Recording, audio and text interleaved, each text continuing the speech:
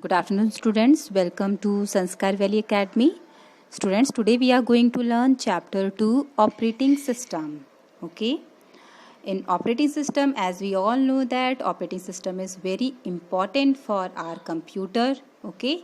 It works as a manager of our computer. Okay. So let's start this chapter in detail. See, there some different devices are given, picture of different devices. See which operating system would you find on a mobile.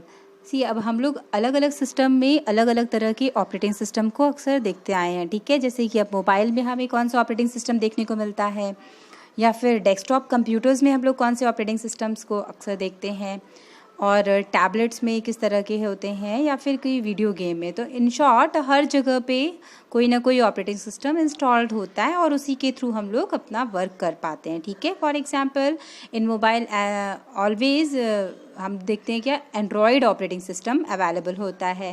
Then desktop में Windows most probably लोग use करते हैं, या फिर multi user में करना है तो यूनिक्स लिनक्स भी देखने को मिलेगा आपको.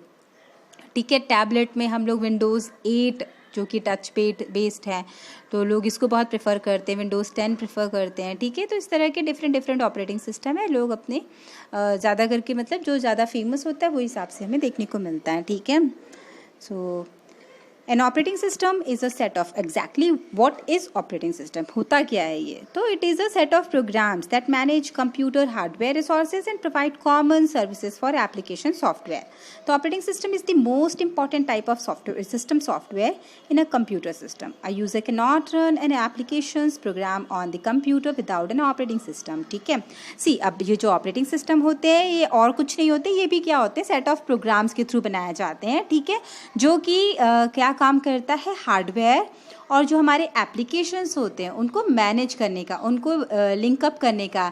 It works as a interface between the user and the hardware. ठीक है, एक यूज़र हार्डवेयर के साथ कैसे काम करेगा तो उस चीज़ के लिए ऑपरेटिंग सिस्टम एक बहुत बड़ा रोल प्ले करता है. ठीक है, और ऑपरेटिंग सिस्टम जो है वो एक सिस्टम सॉफ्टवेयर का बहुत बेस्ट एग्जाम्पल है, एक बहुत इम्पॉर्टेंट टाइप है सिस्टम सॉफ्टवेयर का. ठीक है, और अ यूज़र कैन नॉट रन. अब एक यूज़र जो होता है वो किसी भी एप्लीकेशन प्रोग्राम को रन नहीं कर सकता है विदाउट ऑपरेटिंग सिस्टम. करेक्ट है, जैसे आपको अगर MS ऑफिस यूज़ करना है या फिर आपको अगर कीबोर्ड के थ्रू कुछ इनपुट देना है, कीबोर्ड के थ्रू काम करना है, तो क्या आप कीबोर्ड को कमांड दोगे कि कीबोर्ड चलो काम करो, या फिर कीबोर्ड पे जस्ट आपने टक टक करके टाइप कर दिया, उसके कीज़ यूज़ करके कुछ कर दिया, क्या एग्जैक्टली वो वर्क करेगा? नो, विदाउट ऑपरेटिंग सिस्टम वो आपकी कोई कमांड आपके किसी भी प्रोसेस को अप्लाई नहीं करेगा. ठीक है, तो जब आपका ऑपरेटिंग सिस्टम अवेलेबल होगा तभी आपके माउस या फिर आपके कंप्यूटर के कीबोर्ड या मॉनिटर कोई वर्क कर सकते हैं. ठीक है, और बेसिकली ऑपरेटिंग सिस्टम कहाँ पे रहते हैं? Unless the application program is self booting. ठीक है, जैसे आपका कंप्यूटर जब स्टार्ट हो रहा होता है तो इंस्टेंट मेमोरी में हमारा ऑपरेटिंग सिस्टम इंस्टॉल्ड हो रहा होता है. ठीक है, बूटिंग प्रोसेस जिसको कहते हैं. ठीक है, अब task of operating system. Task मतलब कौन कौन से टास्क परफॉर्म करता है हमारा ऑपरेटिंग सिस्टम. तो मैंने जैसे पहले ही बोला कि इट इज़ वेरी इंपॉर्टेंट. जैसे हमारे कहते हैं ना बॉडी में बहुत सारे पार्ट होते हैं, बट क्या ये बॉडी का पार्ट जो है वो ऐसे अनलेस पड़ा हो, अनकॉन्शियस पड़ा हो, इसमें सोल ही ना हो अगर, तो क्या ये इसका कुछ वर्थ होगा, कुछ मीनिंग होगा? नो, ये कोई पार्ट किसी काम के नहीं रह जाएंगे. ठीक है, जब इसके अंदर एक सोल होती है, एक आत्मा होती है, तभी ये वर्क कभी कुछ यूज़फुल होता है. ठीक है, ये हर पार्ट इसके काम करते हैं. Similarly operating system also work as a shell. ठीक है, वो भी उतनी ही इम्पोर्टेंस रखता है. ठीक है, कंप्यूटर में अगर ऑपरेटिंग सिस्टम है तभी वो उसके जितने भी पार्ट्स, जो भी पार्ट्स उससे अटैच्ड है, हार्डवेयर पार्ट्स जितने भी है, वो सब यूज़फुल होंगे, वर्किंग होंगे. ठीक है, अब टास्क ऑफ ऑपरेटिंग सिस्टम में क्या है? Handle input and output. जितने भी इनपुट आते हैं उनके ऊपर प्रोसेस करना, या जो भी आउटपुट जनरेट करना है, ये सारा कुछ ऑपरेटिंग सिस्टम का टास्क होता है. Then load and runs other software application. जितने भी अदर सॉफ्टवेयर एप्लीकेशंस होते हैं उनको लोड करना, उनको रन करना, एग्जीक्यूट करना, ये सब काम किसका होता है? ऑपरेटिंग सिस्टम का होता है. Moves data to and from the hard disk. ठीक है, मतलब कि जब मैंने जैसे पहले भी बताया, हम लोग जब काम करते हैं तो मेन मेमोरी के साथ काम करते हैं, रैम के ऊपर काम करते हैं. ठीक है, तो रैम के पास डेटा लाने का काम, ठीक है, हार्ड डिस्क से। देन हार्ड डिस्क में परमानेंटली स्टोर करने का काम, ये सारा कुछ वर्क किसका होता है, ऑपरेटिंग सिस्टम का होता है। ठीक है, operating system allow software to communicate with hardware. Operating system ही हमारा जो है वो अलाउ करता है कि सॉफ्टवेयर और हार्डवेयर को मिक्स करने का काम, दोनों को कंबाइन करने का काम, दोनों के साथ मिलकर काम करवाने का काम भी ऑपरेटिंग सिस्टम का ही होता है। ठीक है, देन जैसे हम लोग कहते हैं कि हमारा जो मेमोरी है, ये मेमोरी काफ़ी बड़ा है, तो इसमें स्लॉट्स अलाउट किए जाते हैं, सबको शेयर किया जाता है कि ठीक है आप इतना टाइम ले लो, इसमें काम करो, एक दूसरे को इतना टाइम दे दिया जाता है। ठीक है, तो जो टाइम मैनेजमेंट किया जाता है मेमोरी के अंडर में, वो भी ऑपरेटिंग सिस्टम करता है। फाइल्स और फोल्डर्स को मैनेज करने का काम करता है, जितने भी फेरेफेरल डिवाइसेस उनको रिकॉग्नाइज करता है। इन शॉर्ट फेरेफेरल डिवाइसेस मतलब जैसे सारे इनपुट आउटपुट डिवाइसेस आपके, ये सब आपके फेरेफेरल डिवाइसेस होते हैं। ठीक है, सिस्टम सिक्योरिटी को मैनेज करता है कि कोई भी चीज़ ऐसी एंटर ना हो जाए, ऑथेंटिकेट चीज़ों को ही एंट्री मिलती है। ठीक है, तो ये सारा टास्क किसका होता है, ऑपरेटिंग सिस्टम का। ओके, अब नेक्स्ट टॉपिक है इसमें क्लासिफिकेशन ऑफ ऑपरेटिंग सिस्टम। अब क्लासिफिकेशन ऑफ ऑपरेटिंग सिस्टम मतलब डिफरेंट टाइप्स के कुछ ऑपरेटिंग डिफरेंट फीचर्स के या डिफरेंट नेचर के ऑपरेटिंग सिस्टम्स अवेलेबल हैं। ठीक है, कोई है टाइम शेयरिंग का काम करता है, बैच प्रोसेसिंग के साथ काम करता है, देन मल्टी प्रोसेसिंग करने की कैपेबिलिटी होती है। तो ये अलग अलग तरीके के इनके टाइप्स हैं। ठीक है, तो टाइम शेयरिंग, फर्स्ट है आपका टाइम शेयरिंग। अब टाइम शेयरिंग क्या है, ये कैसे काम करता है, this type of operating system supports multiple user by dividing the CPU time into slots and defining time slots, slice quantum in the range of 10 to 100 milliseconds for each user per job। अब इसको मैं आपको picture के through समझाती हूँ। ठीक है, जैसे आप यहाँ देख सकते हो CPU। ठीक है, अब CPU बीच में अवेलेबल है। अब यहाँ पे क्या है, सबको टाइम अलॉट किया जाता है। ठीक है, अब देख रहे हो user 4, user 3, user 2, user 1, user 5 and so on, ऐसे बहुत सारे यूज़र हैं। तो जैसे हमारी क्लास में नहीं होता है कि रीडिंग के लिए आप लोग सब रीडिंग करते हो, बुक रीडिंग करते हो, तो आप लोगों को दे दिया जाता है कि हाँ हर बच्चे को 2 मिनट्स का टाइम मिलेगा। ठीक है, पैराग्राफ डिफाइन नहीं किया जाता, अब हर बच्चे को क्या किया जाता है, 2 मिनट्स का टाइम दे दिया, इसको दे दिया, या फिर कह लो कि 10 सेकेंड चलो देख लेते हैं, क्योंकि कंप्यूटर तो बहुत फास्ट काम करता है। इसका 10 सेकेंड है, इसका 10 सेकेंड है, इसका 10 सेकेंड है। ठीक है, इसका 10 सेकेंड है। अब इनके पास अपना अलग अलग प्रोसेस है। ठीक है, पर टाइम अलॉटमेंट सबको इक्वली किया जाता है, सबको प्रियोरिटी इक्वली दी जाती है। ठीक है, डजेंट मैटर कि इसके पास 10 सेकेंड का टाइम दिया है, बट ये अपना काम 2 सेकेंड में कर देता है। तो 2 सेकेंड में करने के बाद फिर 8 सेकेंड को इन सब में डिस्ट्रीब्यूट करके प्रोसेस बांट दिया जाएगा कि ठीक है आप 2 सेकेंड्स ले लीजिए, 1 सेकेंड लेके आप अपना काम, अपना टाइम इंक्रीज कर लो। मतलब 10 है तो उसको 11 सेकेंड मिल जाएगा। ठीक है, बट सेकेंड यूजर का काम जो है वो 6 सेकेंड में कंप्लीट हो जाता है, तो उसके भी बचे हुए 4 सेकेंड्स को इक्वली डिस्ट्रीब्यूट किया जाता है। तो ये टाइम शेयरिंग मतलब टाइम को पूरा बांट के, स्लॉट्स को पूरा इक्वली डिस्ट्रीब्यूट करके फिर काम किया जाता है। ठीक है, और ये इतने नैनो सेकेंड्स, पिको सेकेंड्स में काम करता है। मतलब ऐसा नहीं है, सेकंड से भी कम साइज होती है इनकी, और उसके अकॉर्डिंग ये काम करता है। इसलिए ऐसा लगता है कि सारे यूज़र एक साथ काम कर रहे हैं, जबकि ऐसा नहीं है, वो टाइम शेयरिंग में ही काम करते हैं, बट वो इतनी स्पीडली वर्क होता है कि हमें लगता है कि वो सब कंप्यूटर्स एक साथ ही काम कर रहे हैं। ओके, अब ये था टाइम शेयरिंग। नेक्स्ट है बैच प्रोसेसिंग। अब टाइम शेयरिंग और बैच प्रोसेसिंग देखा जाए तो दोनों में ही अलॉटमेंट की जाती है, बट बैच प्रोसेसिंग में डिफरेंस क्या होता है, in batch processing all jobs to be processed are accepted as a group called a batch and processed together at a predefined time slots. For example, data transfer and data updating in a bank. See, अब मैं इसको simple language में आपको बताती हूँ batch processing क्या होता है। ठीक है, सी अब यहाँ पे सी यू कैन सी 4 यूज़र्स हैं। ठीक है, यहाँ पे 4 यूज़र्स हैं यहाँ पे। ठीक है, 1 2 3 4। अब यहाँ पे क्या है कि मान लो आपकी क्लास में क्या होता है, जैसे बहुत सारे बच्चे होते हैं पर उनको ग्रुपिंग नहीं की जाती। अब कभी कभी क्या होता है कि मैंने जैसे कहा कि रीडिंग टाइम स्टार्ट होता है, तो रीडिंग में सबको इक्वली टाइम प्रोवाइड किया जाता है कि 2 मिनट्स आपको पढ़ना है। ठीक है, उसमें ऐसा नहीं कि ग्रुप, बट जब कोई काम दिया जाता है, जैसे आप लोगों का डिबेट कॉम्पिटिशन है या कोई ऐसे आपको एग्जीबिशन करना है, तो आपको क्या किया जाएगा, ग्रुप में बांट दिया जाएगा। जो एक जैसे नेचर के होते हैं, एक जैसे काम करते हैं, उनको ग्रुप में बांट दिया जाएगा। या फिर ये लो कि किसी हमने एक एक्टिविटी बनाई है कि स्पीच है, एस्से है, देन सिंगिंग है, तो हम क्या देखते हैं कि हाँ ये बच्चे जो है, ये 3-4 बच्चे सिंगिंग में अच्छे हैं, उनको सबको एक साथ सिंगिंग में डाल देते हैं। जो बच्चे डांस में अच्छे हैं उनको एक साथ डांस में डाल देते हैं। जो स्पीच में अच्छे हैं उनको सबको एक स्पीच में डाल देते हैं। मतलब वो देखते हैं कि सेम नेचर जो है उस तरह से। अब जैसे यहाँ पे भी मैंने बोला कि 4 यूज़र हैं, ठीक है। अब ये बच्चा आया, मान लो आया स्कूल में या किसी इंस्टीट्यूट में, तो इसको सी सीखना है और इसको भी सी सीखना है और इसको C++ सीखना है और इसको भी C++ सीखना है, ठीक है। तो अब मैं क्या अलग अलग थोड़ो ना कि इसको अलग टाइम पे सी सिखाऊंगी, इसको अलग टाइम पे सी सिखाऊंगी, इसको अलग टाइम पे C++ को अलग, क्या ज़रूरत है इतना अलग काम करने की बजाय। तो ऑपरेटर क्या करता है, ऑपरेटर यहाँ पे काफ़ी अच्छी इंटेलिजेंस दिखाता है। वो क्या करता है, यहाँ पे मान लो कि यूज़र ये 1 है, 2 है, 3 और सो ऑन, ठीक है। तो वो क्या करेगा, देखेगा यहाँ पे कि यूज़र 1 जो है, तो यहाँ पे यूज़र 1 और यूज़र 3 इनकी रिक्वायरमेंट सेम है और यूज़र 2 एंड यूज़र 4 की रिक्वायरमेंट सेम है। तो क्या करेगा, वो बैचेस बना देगा, ठीक है। अब बैचेस बना देगा U1 और U3 की एक और U2 और U4 की, इसी तरह से बैचेस में सबको बना के फिर CPU के पास भेजाएगा। मतलब फिर अब क्या होगा, इनको CPU जो है वो एक टाइम अलॉट करेंगे, तो ये एक बैचेस में काम करेंगे। मतलब अब एक जैसे जॉब वाले जो हैं उनको एक टाइम अलॉट हो जाएगा और वो उसके अकॉर्डिंग काम करेंगे। मतलब ध्यान रखना बच्चों, टाइम शेयरिंग में क्या होता है, टाइम शेयरिंग में हर एक का अपना एक एक टाइम दे दिया जाता है, कुछ मिनट्स का, कुछ सेकंड्स का जो भी है। और जो बैच होता है, बैच में बैचेस में बांट दिया जाता है कि हाँ ये बैच के लोग एक जैसे काम करने वाले, तो उनका एक ग्रुप बना दिया, दूसरे का ग्रुप बना दिया, तो ग्रुपिंग करके फिर काम कराया जाता है।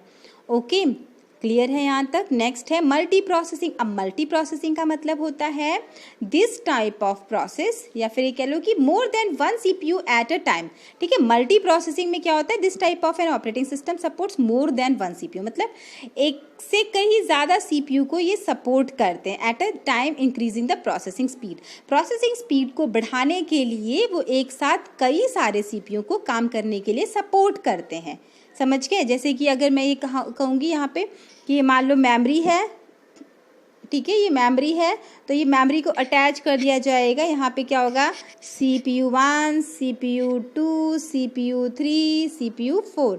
अब एक इसका काम है, मान लो ये मेमोरी में कुछ वर्क रखा हुआ है, एक बुक रखा है या कुछ भी वर्क रखा हुआ है, तो ये क्या करेगा ना, ये यहाँ पे काम बांट देगा। इसको प्रोसेस 1 दे दिया, इसको प्रोसेस 2 दे दिया, प्रोसेस 3 दे दिया, प्रोसेस 4 इसके पास दे दिया, then process 5 and so on. तो इस तरह से वो क्या करेगा, मेमोरी अपने काम को पूरा बांट देगा अलग अलग CPU को, जिससे क्या होता है कि इनका जो वर्क होता है वो बहुत ही तेज़ी से काम करता है, बहुत ही स्पीडली वर्क कर सकता है।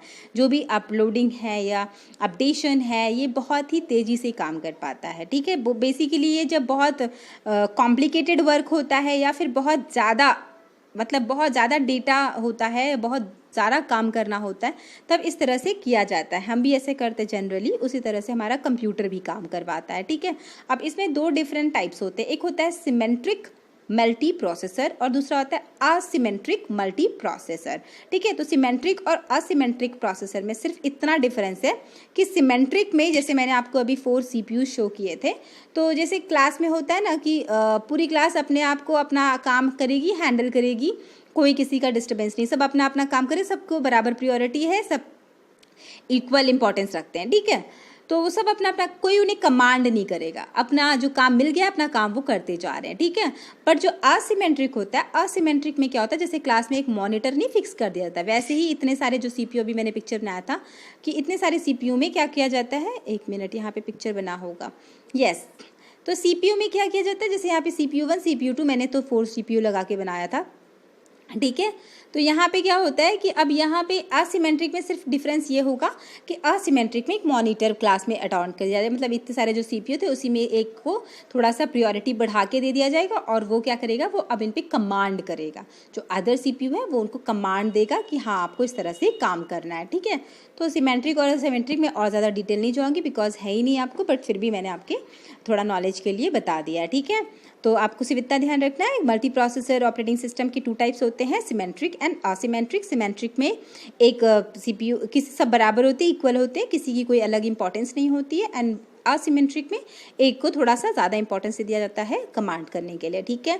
Then multitasking. अब मल्टीटास्किंग ऑपरेटिंग सिस्टम कौन से होते हैं, वो ऐसे होते हैं जो सपोर्ट करते हैं simultaneously execution of multiple task, मतलब एक साथ बहुत सारे टास्क करने के लिए, यही कह लो बहुत सारे कनेक्टिविटी के लिए वो सपोर्ट करते हैं। और ऐसे ऑपरेटिंग सिस्टम है आपके Unix, Linux, Windows 2000 as well as 2003, इसमें 2003 नहीं दिया है पर 2003 भी है, जो कि मल्टीटास्किंग को सपोर्ट करता है, ठीक है। एक साथ कई सारे तरीके के काम करने को वो सपोर्ट करता है। ओके, नेक्स्ट है मल्टीटास्किंग। सी आप देख सकते हो ना, मल्टीटास्किंग में टास्क 1 है, CPU गिव्स 10 सेकेंड्स टास्क 1, मतलब यहाँ पे क्या होगा कि बहुत सारे अलग अलग टास्क होते हैं जिनको थोड़ा थोड़ा टाइम अलॉट कर दिया जाएगा और वो अपना काम फटाफट कर सकते हैं। इन शॉर्ट आप ध्यान रखना, हर काम जो होता है यहाँ पे टाइम शेयरिंग, हर चीज़ में टाइम शेयरिंग की कनेक्टिविटी होती है, टाइम शेयरिंग के थ्रू ही हर चीज़ को ये कर पाता है। नेक्स्ट है मल्टी यूज़र ऑपरेटिंग सिस्टम। अब मल्टी यूज़र ऑपरेटिंग सिस्टम कौन से हैं, जैसे यूनिक्स है, विंडोज़ NT है, 2000 है, देन 2003 है। ये ऐसे हैं जो सपोर्ट करते हैं एक से ज़्यादा यूज़र को कोई भी जॉब परफॉर्म करने के लिए, ठीक है। अब इसकी एक पिक्चर अगर है, यस, अब यहाँ पे जैसे आप देख सकते हो इस पिक्चर में कि ये हमारा एक, मान लो एक हमारा ये मल्टी यूज़र ऑपरेटिंग सिस्टम है, ठीक है। मल्टी यूज़र काम करने वाला, इसके साथ कनेक्ट है हमारे ये वाला कनेक्ट है, then this, then this, then this. अब ये ध्यान रखिए कि जो आपका यूज़र 2, 3, 4, 5 है, ये सब तो सिंगल यूज़र है। इनके अंदर जो इंस्टॉलेशन हुआ है वो सिंगल यूज़र ऑपरेटिंग सिस्टम ही इंस्टॉल्ड हुआ है और ये सिंगल यूज़र है, सिंगल यूज़र पे काम कर रहे हैं, ठीक है। बट ये जो है ये आपका मल्टी यूज़र ऑपरेटिंग सिस्टम को इंस्टॉल करता है। और ध्यान रखना, मल्टी यूज़र ऑपरेटिंग सिस्टम का मतलब ये नहीं कि एक ही सिस्टम पे बहुत सारे यूज़र आके एक साथ काम करेंगे, no. Multi user operating system का मतलब होता है कि एक सिस्टम है जिसके साथ सब कनेक्टेड हैं, इसको हम सर्वर भी कहते हैं, ठीक है। इससे ये सब वर्क लेते हैं, इनको टर्मिनल्स, जो हमारे ये अलग अलग यूज़र्स हैं ना, जो सिंगल यूज़र्स हैं, इनको हम टर्मिनल्स कहते हैं। इनको टेक्निकल लैंग्वेज में हम लोग कौन से कनेक्ट होते हैं, ये माइक्रो कंप्यूटर, जो टाइप्स ऑफ 4 कंप्यूटर हैं, micro computer, mini computer, super computer and main frame computer. तो ये कौन से टाइप के कंप्यूटर होते हैं, माइक्रो कंप्यूटर। और ये किससे जुड़े होते हैं, मेन फ्रेम से जुड़े होते हैं। यहाँ पे ये जो होता है ये मेन फ्रेम कंप्यूटर होता है, ठीक है, ये मेन फ्रेम कंप्यूटर है, ठीक है। तो मेन फ्रेम कंप्यूटर से ये छोटे छोटे माइक्रो कंप्यूटर जुड़े होते हैं और ये जो छोटे छोटे माइक्रो कंप्यूटर्स हैं, these all are the single user, okay, they are doing their work. ये लोग अपने उसमें सिंगल यूज़र ऑपरेटिंग सिस्टम को इंस्टॉल करते हैं। ये सब लोग क्या करते हैं, ये आपका यूज़र 1 जो कि मेन फ्रेम है, ये एज अ सर्वर काम करता है। इससे रिसोर्सेस लेते हैं और रिसोर्सेस लेने के बाद काम करते हैं, अपना वर्क करते हैं, समझ गए। और यहाँ पे बहुत, अब इसमें आप सोचोगे कि सब एक साथ जुड़े हैं, तो यहाँ पर भी as usual time sharing use किया जा रहा है। इसको आपका मान लो 10 सेकेंड दे दिया, 10 सेकेंड दे दिया, 10 सेकेंड दे दिया, या फिर 2 सेकेंड्स में कह दूंगी, या पिको सेकेंड, नैनो सेकेंड में कह सकते हैं हम लोग, ठीक है। तो ये इतने शॉर्ट पीरियड में टाइम स्लॉट्स चेंज होता है कि कभी पता ही नहीं चलता है कि ये टाइम शेयरिंग में काम कर रहे हैं। हमें यही लगता है कि ये सब एक साथ जुड़े हुए हैं और एक साथ काम कर रहे हैं, इसीलिए इसको मल्टी यूज़र ऑपरेटिंग सिस्टम कहा जाता है। बट एनी हाउ यहाँ पर भी टाइम शेयरिंग ही परफॉर्म हो रहा होता है। नेक्स्ट है multithreading, the ability of an operating system to execute different parts of a program called threads. अब यहाँ पे बेटा आप लोग नहीं डिटेल में समझ पाओगे थ्रेडिंग कंसेप्ट, क्योंकि ये प्रोग्रामिंग कंसेप्ट है, बट स्टिल मैं आपको बताऊंगी कि जैसे सी है प्रोग्रामिंग, जावा प्रोग्रामिंग है, या फिर C++ प्रोग्रामिंग है, तो इन प्रोग्रामिंग्स को अगर हम पार्ट्स में डिवाइड कर दें, जैसे क्या होता है ना, आप कोई आंसर लिख रहे होते हैं और उस आंसर में आप क्या करते हो, ब्लॉक्स बना देते हो। जैसे आपको कहा गया एक टॉपिक दिया पोल्यूशन, तो मान लो पोल्यूशन पे एक प्रोग्राम बनाया, ठीक है। अब पोल्यूशन में आप क्या करोगे, आप डिफ्रेंशिएट कर दोगे। पहले तो पोल्यूशन के बारे में कुछ करना है तो कर लिया आपने, फिर आप डिफ्रेंशिएट कर दोगे, मतलब पार्ट्स में डिफाइन कर दोगे, वाटर पोल्यूशन, एयर पोल्यूशन, तो पार्ट्स में डिफाइन कर दोगे और इनको अलग अलग पार्ट में एक्सप्लेन करोगे। सिमिलरली मल्टी थ्रेडिंग, कोडिंग जब हम करते हैं, प्रोग्रामिंग बनाते हैं, तो इस प्रोग्रामिंग में हम लोग क्या करते हैं, अलग अलग पार्ट डिफाइन कर देते हैं। हम अलग अलग पार्ट कर देते हैं तो हमारा जो वर्क होता है वो इजी हो जाता है, जो कोडिंग होती है वो इजी हो जाती है, ठीक है। तो मल्टी थ्रेडिंग में बेसिकली हम अलग अलग पार्ट्स को एग्जीक्यूट करते हैं, तो ये काम हम लोग multi threading concept operating system के साथ कर पाते हैं, ठीक है। इसको आगे की क्लास में आप और डिटेल में समझोगे।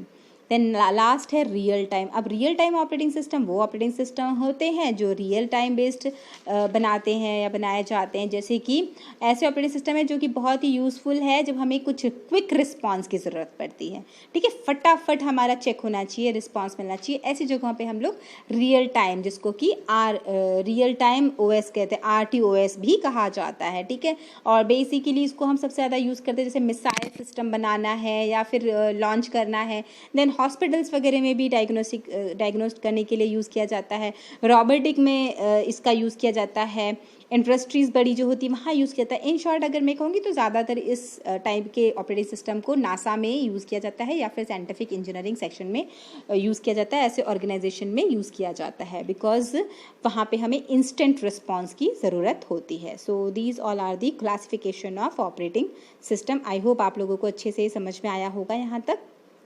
ओके, नेक्स्ट टॉपिक है एनवायरनमेंट ऑफ ऑपरेटिंग सिस्टम। ठीक है, तो एनवायरनमेंट मतलब ऑपरेटिंग सिस्टम का किस तरह से वो काम करता है, किस तरह से वो प्रोसेस करता है, वर्क करता है, ये चीज़ हमें यहाँ पे देखना है। ठीक है, यहाँ तक अच्छे से आपको समझ में आया होगा।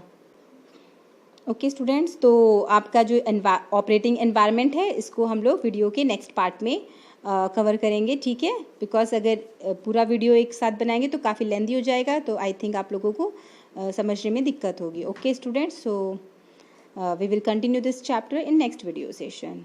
Have a nice day, bye bye.